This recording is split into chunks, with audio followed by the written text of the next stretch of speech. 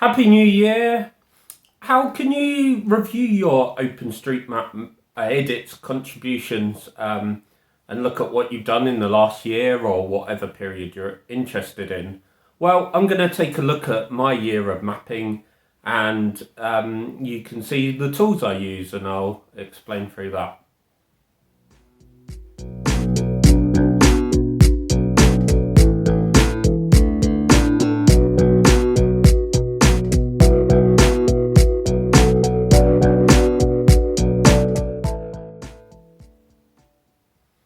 So when you go to OpenStreetMap, just osm.org, if you log in, on the top right you'll see your name. You can click that, go to my profile, for me it's Living with Dragons, and click my edits, and you can see the list of recent changes you've made, and you can scroll through that and see what you've been doing, and you can see those change set comments that are important, that explain just from a glance. Of course you can click into those and see exactly what changed in that edit.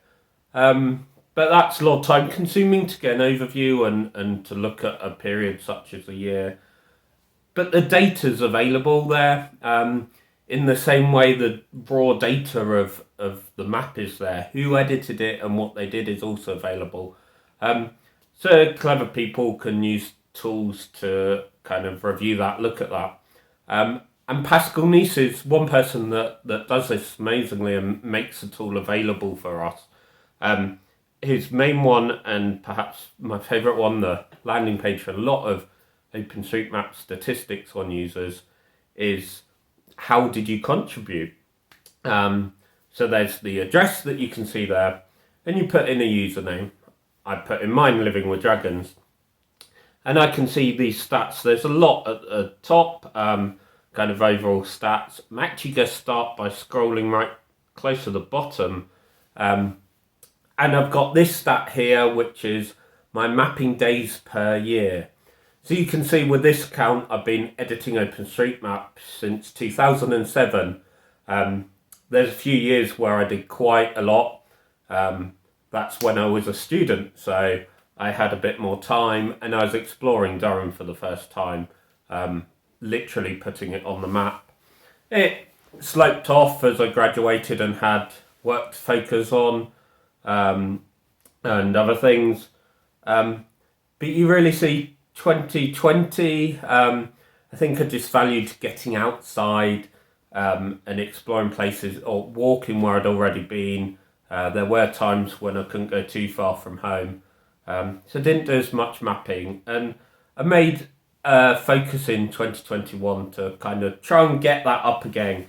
And you can see we've beaten my 2011 year just, I think, on number of mapping days. And of course this isn't recording when I go out surveying, it's the days that I actually log in and edit OpenStreetMap and click save. So it's only really a guideline anyway. And you can see some other stats around that part, such as what editor I use.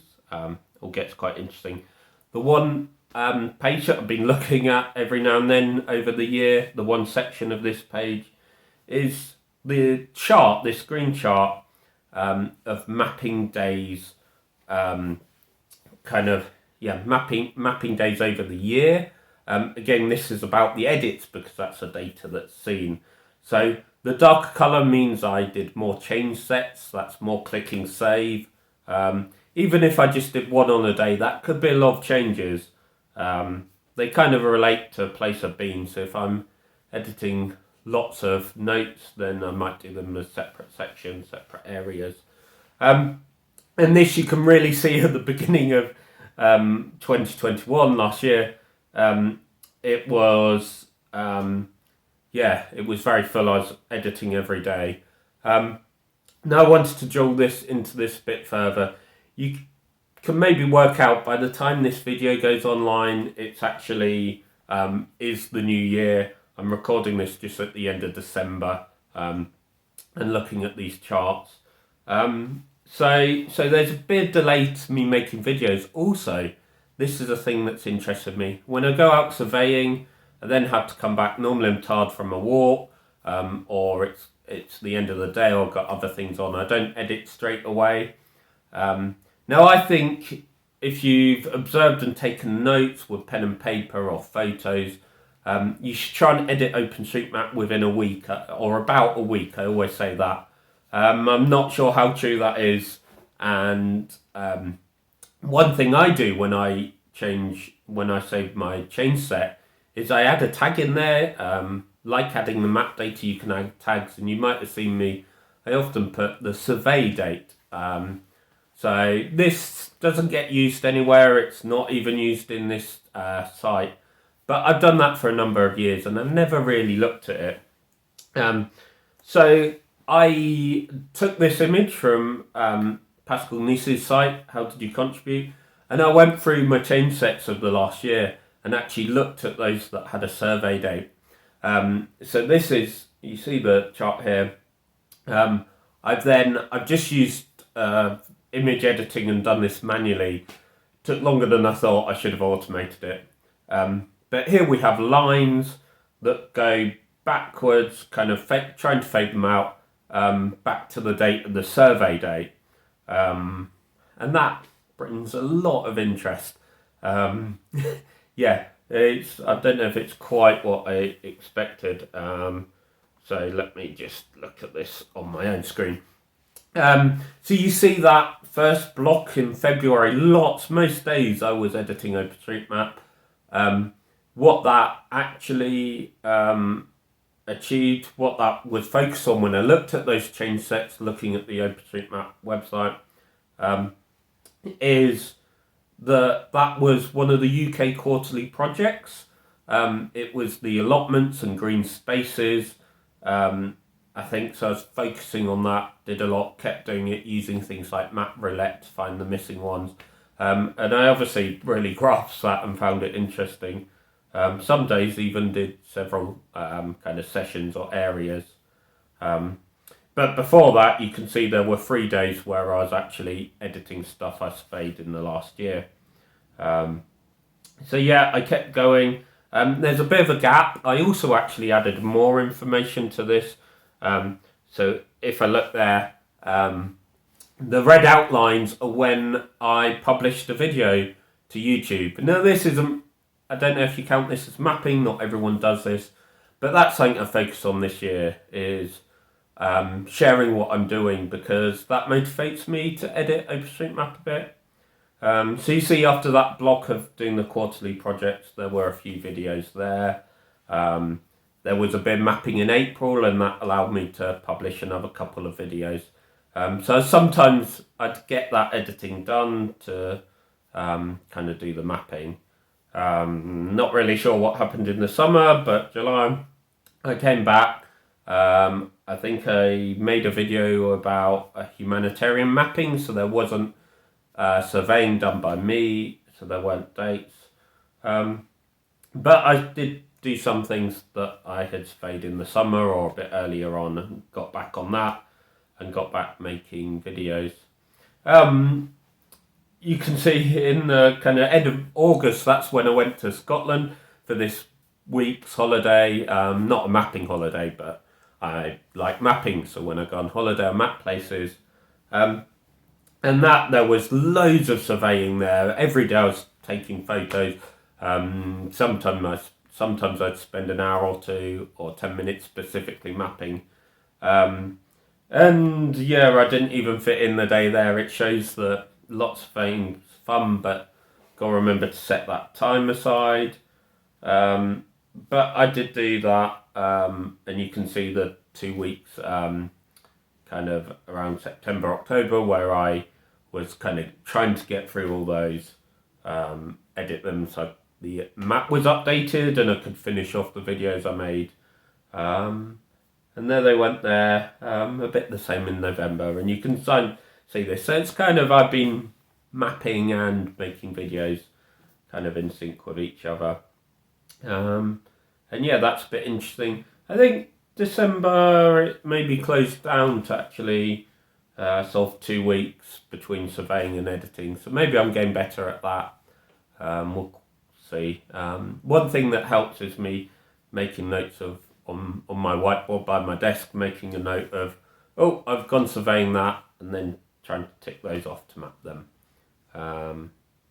Yeah, and all these projects, different things have certainly helped encourage my mapping.